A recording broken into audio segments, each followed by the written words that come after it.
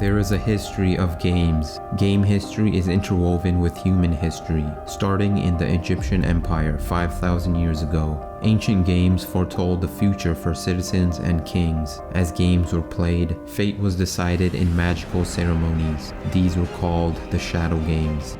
This was an excerpt from the first page of the manga for the incredibly popular series known as Yu-Gi-Oh!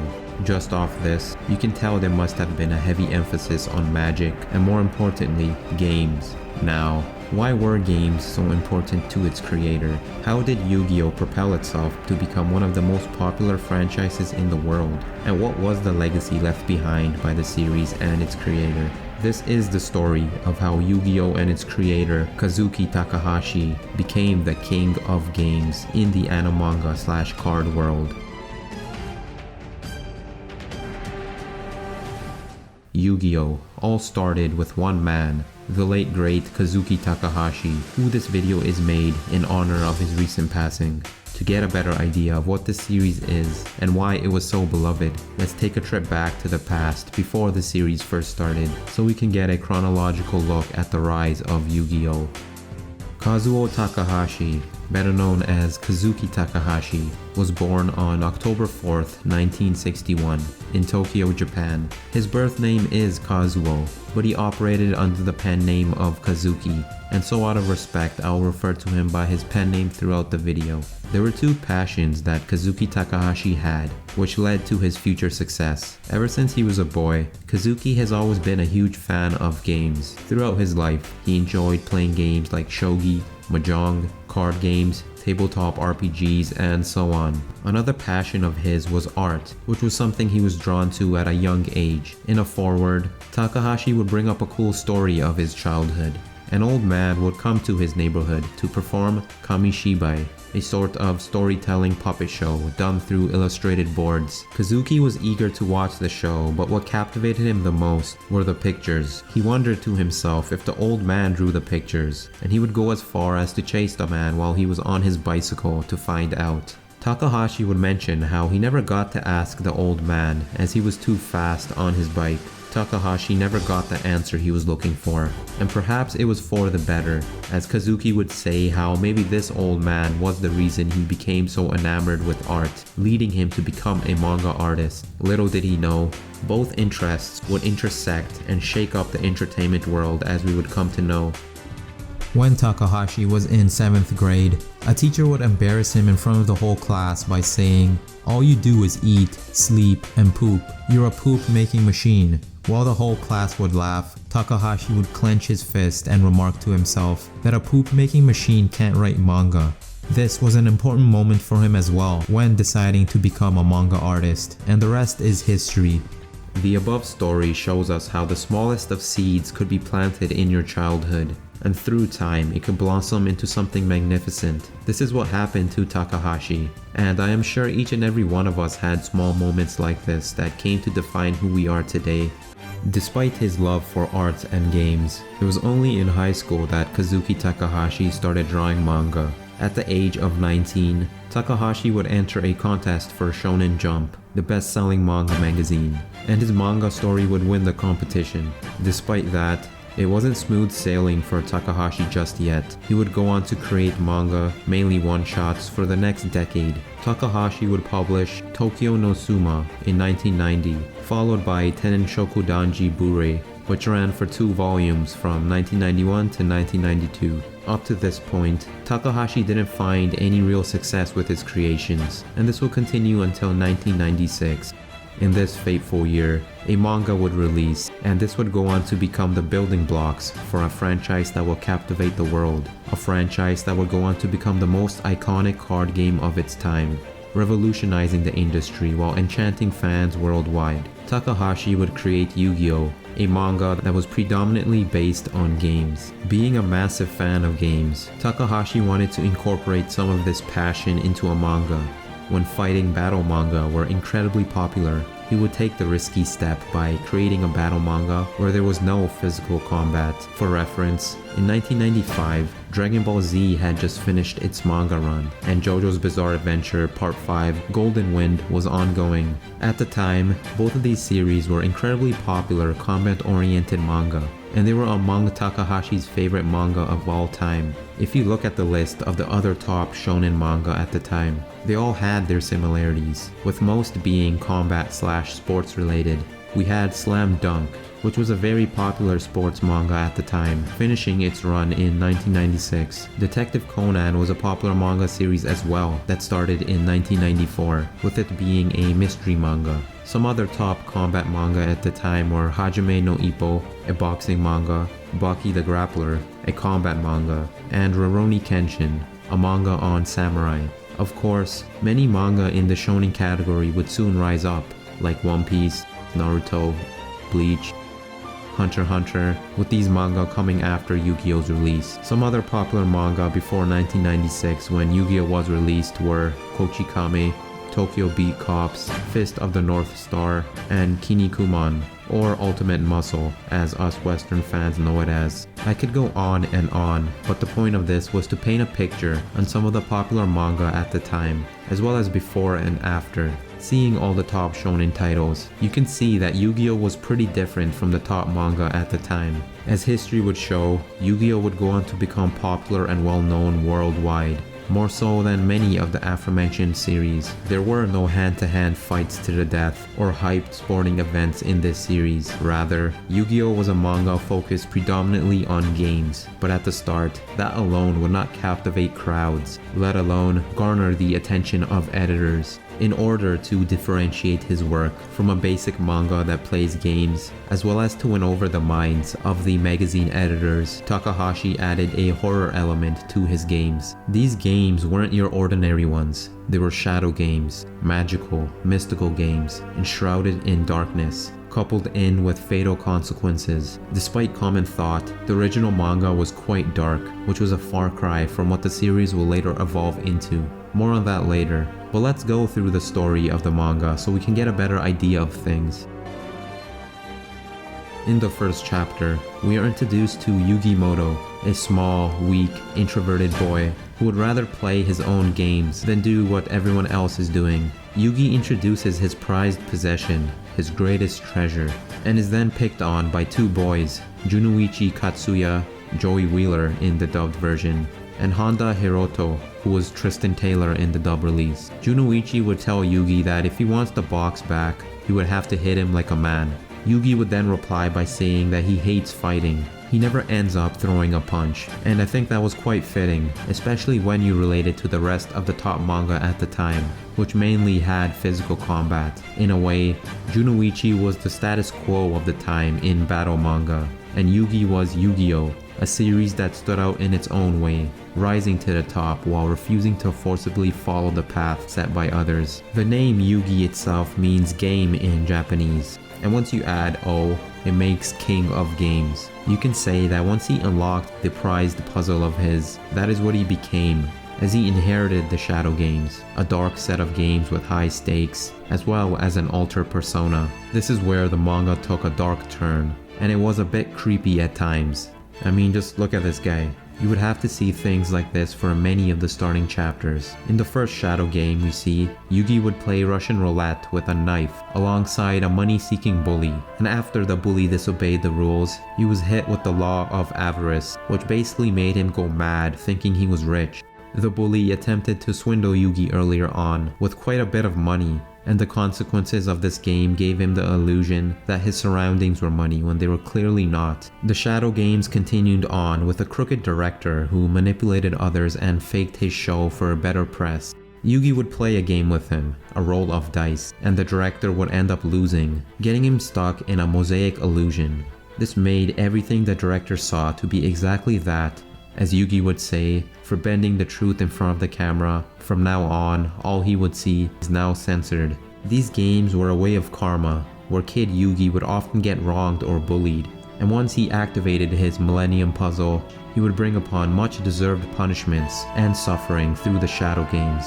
We would witness ways that punish the evildoers in ironic ways, so that they would either learn their lesson or never get the chance to wrong anyone else again. We saw that with his first bully, who tried to extort Yugi for large amounts of money, and as a result he would go seemingly crazy, perceiving random objects like leaves as money. The second bully would fake his show at the expense of others, and then after the shadow games, his sight would be reduced to an illusion, just like all of his shows were, whether it be through a swift and brutal lesson, to a life-changing work of magic, or even death. Yugi and his dark persona would bring upon justice to wrongdoers and criminals everywhere they went. This would go on for a few episodes until a certain game was introduced that would gain massive popularity and eventually take over the manga. Through the variety of shadow games we witnessed, in Chapter 9, Takahashi would introduce a game called Magic and Wizards. This game was inspired by Magic the Gathering, with its name being a direct reference to it, taking magic from the name and wizards from Wizards of the Coast, the company that made Magic the Gathering. In this chapter, we would be introduced to a card game through Yugi's grandpa, and we would even see the introduction of a fan favorite character in Seto Kaiba, as well as some prototype versions of some of our favorite cards. Yugi and his friends would check out some of these cards in his grandpa's shop, and we would be introduced to the snobby card hoarder in Kaiba, who would put down everyone until he saw a rare Blue Eyes White Dragon. Yugi's grandpa would tell Kaiba, a spoiled schoolboy, something pretty profound when talking about his cards. If you really treasure something, it grows a heart of its own, just like this card. You will never trade anything for that heart, so take care of each and every card in this trunk, Kaiba, then you'll find the strength of the games. Yugi's grandpa was alluding to something that will later be termed as the heart of the cards, which I'll discuss more later. But this manga was filled with some deep quotes like this. This chapter would end up with Yugi dueling Kaiba. After the Blue Eyes White Dragon was stolen by Kaiba, Kaiba would summon the Blue Eyes White Dragon, but it would refuse to fight and disappear, since it was not his, in a way, explaining how Kaiba's heart and soul were not in that card. Yugi would use Monster Reborn to summon the Blue Eyes and defeat Kaiba. His punishment of the Shadow game would send him in a card of the Duel Monsters game, all in an effort to help Kaiba understand the heart of the cards. Magic and Wizards was the name the card game was first given, but it was later named Duel Monsters. This game in the manga would later be the prototype for Yu-Gi-Oh as we know it today. The Yu-Gi-Oh manga was originally designed to host separate shadow games each time, but Duel Monsters had become so popular that Yu-Gi-Oh itself was made to revolve around it. The regular style of Yu-Gi-Oh with shadow games would continue until the Duelist Kingdom arc in Volume 8, Chapter 61, where the series will make a full switch into a Duel Monsters centered plot. Through Duel Monsters, some characters would duel to be the best, some would do so to uncover dark mysterious secrets, and some will duel for the fate of the world, and the rest is history. Over the next few years, Yu-Gi-Oh would expand exponentially and boom in popularity. The manga would run for 8 years, from 1996 to 2004. The series would have a total of 38 volumes, with 343 chapters, with the majority of them revolving around the card game. Although the manga was steadily gaining popularity, this was just the start of the worldwide phenomenon.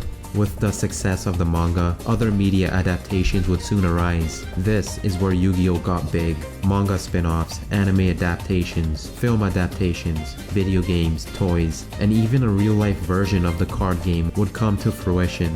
Let's go through them in order. After the original manga run, Yu-Gi-Oh was so popular that it would start a series of spin-offs. Although Kazuki Takahashi wasn't in charge of these series, he was working in the background as a supervisor for most of the spin-offs. Since then, we would see numerous adaptations in Yu-Gi-Oh! R, GX, 5Ds, Zeal, Arc 5, Vrains, and Sevens.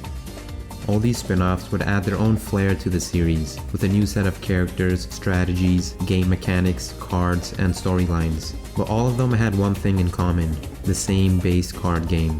One of the most important pieces of media for Yu-Gi-Oh's popularity, even more so than the manga, would be the anime adaptations. The first anime adaptation Yu-Gi-Oh would get would be from Toei Animation, the animation studio behind behemoths like the Dragon Ball series and One Piece. This would be a 27-episode anime based on volumes 1 to 7, so the volumes before the proverbial takeover of Duel Monsters. In 2000, Yu-Gi-Oh would reach the Western world with an animation for Yu-Gi-Oh! Duel Monsters, made by Nihon Ad Systems. This anime would reach more than 60 countries and be dubbed in more than 60 languages. It is safe to say that this was Yu-Gi-Oh's introduction to the world, its grand splash in the international stadium.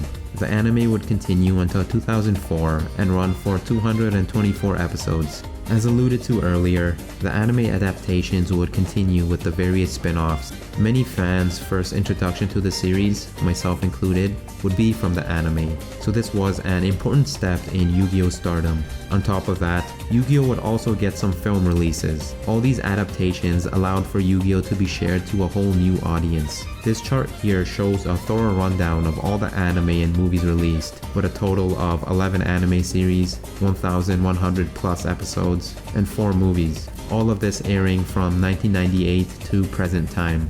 Throughout this time, a massive collection of toys and merchandise would be released, as well as some novels and numerous video games, which were produced by Konami. In 2006, Konami announced that the Yu-Gi-Oh games as a whole had sold 17.5 million copies worldwide. Now back to present time, you could expect even higher numbers with the massive library of video games the series has. Saving the best for last, perhaps the coolest and most important part of Yu-Gi-Oh's success would be the official trading cards themselves. At the time, there were very few anime that had the demand for tangible products. With your regular anime, you had fighting, sports, suspense, or whatever genre, and sure, you can get action figures or cards of the various series, but it didn't directly relate to what was happening in the show. What made Yu-Gi-Oh so special was that you can play the exact card game that you saw in the anime. All the cards you saw that your favorite characters had, you can get the same ones and add them to your personal deck. In 1998, the exact same cards that we saw in the series were now available to fans, and in 2002, an English version will be brought to life. Since then, cards have been officially released in over 40 countries around the world. At the start, I mentioned how Yu-Gi-Oh was different from other shonen, and as history has shown, that was the reason why it became so successful. If this was another combat/sports-based anime, it wouldn't have gotten anywhere near the success it had, because there would be no way to replicate a popular standalone game like Yu-Gi-Oh had done. Compared to other anime, they simply did not have the capability for this. Growing up as a kid during this time, I noticed there were a few series that capitalized well on the real-life experience, with Pokemon, Yu-Gi-Oh, and Beyblades being at the forefront. What made these series so special was that you could obtain your favorite Pokemon through games and cards, Beyblades through the actual spinning top toys, and Yu-Gi-Oh cards as mentioned earlier. That real-life aspect was vital in the explosion of these brands, and Yu-Gi-Oh has been thriving off this since the inception of the tangible cards. To have your fanbase play the same game, with it being as similar as possible, was a very magical thing to do, and it no doubt had a part to play in the series' rise to prominence. It is estimated that as of 2001, about 35 billion cards had been sold worldwide, an incredible feat, making it the most popular trading card game in the world.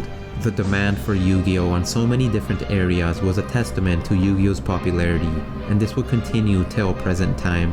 Currently, Yu-Gi-Oh sports multiple manga series and anime adaptations, a few films, a plethora of video games, some novels, loads of merchandise, and a massive library of real-life cards. Yu-Gi-Oh had successfully captivated a generation, and the monumental rise of Yu-Gi-Oh would continue until it would be the most popular card game franchise in the world, as well as one of the highest grossing media franchises of its time. Compared to other media franchises, Yu-Gi-Oh makes it to the list of the top 25 grossing media franchises in the world. Although the numbers aren't exactly accurate, it does give us a good idea of where the series ranks, with only a few anime being above it, namely Pokemon, Dragon Ball, and in some data, One Piece and Fist of the North Star, although some data shows that Yu-Gi-Oh earns more than the two franchises. That is the condensed history of Yu-Gi-Oh, and we all have this man to thank for it, the late great Kazuki Takahashi, who this video was made in honor of.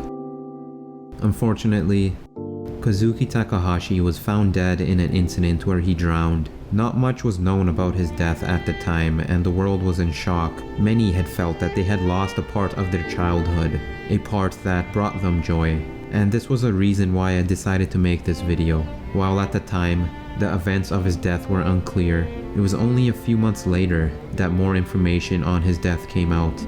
Takahashi was initially thought to have died in a snorkeling incident, but that was not the case. A US Army officer would account that Takahashi died trying to save others from drowning.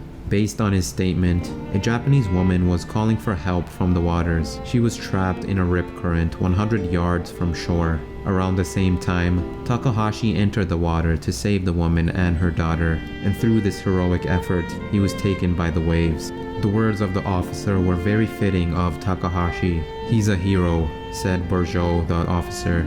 "He died trying to save someone else." And so, that is how Kazuki Takahashi left this world. Not as an old man, not as a manga artist, not as the creator of the most successful card game in this world, but as a hero, as someone who risked his own life and paid the ultimate price, just to help another in need.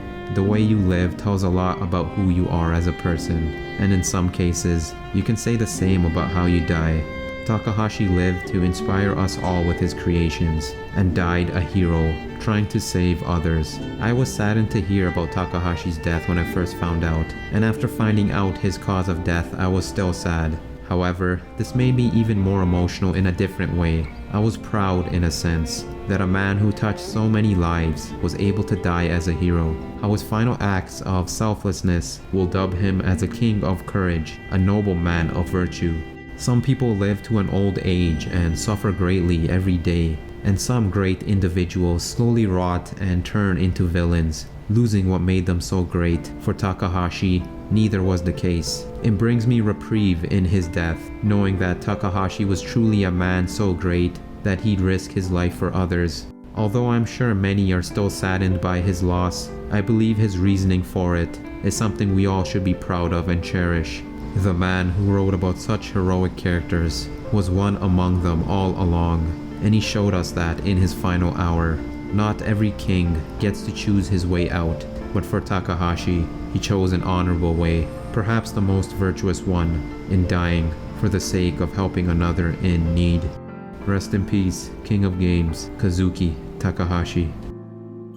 I don't know if I wanted to include this section, as it sort of includes graphic details on his death that may be offensive. If you don't like such things, please skip ahead to the next section. When Takahashi's body was found, his cause of passing away was stated to be from drowning. It was also revealed that parts of his body were nibbled on by sharks after his passing. After viewing a few videos on Takahashi, I came across one of him giving a house tour. Through this, he talked about his hobbies, his interests, and even revealed his fascination with sharks. He mentioned how he was an avid enjoyer of the animal, being a big fan of media related to them, and even based the Blue Eyes White Dragon design on a shark. And so hearing him talk about that reminded me of what I read from the various articles. The way I viewed it, it was as if the Blue Eyes White Dragon of our world were paying tribute to him after he crossed to the other side. His favorite animals were the first to discover and pay respect to the fallen hero.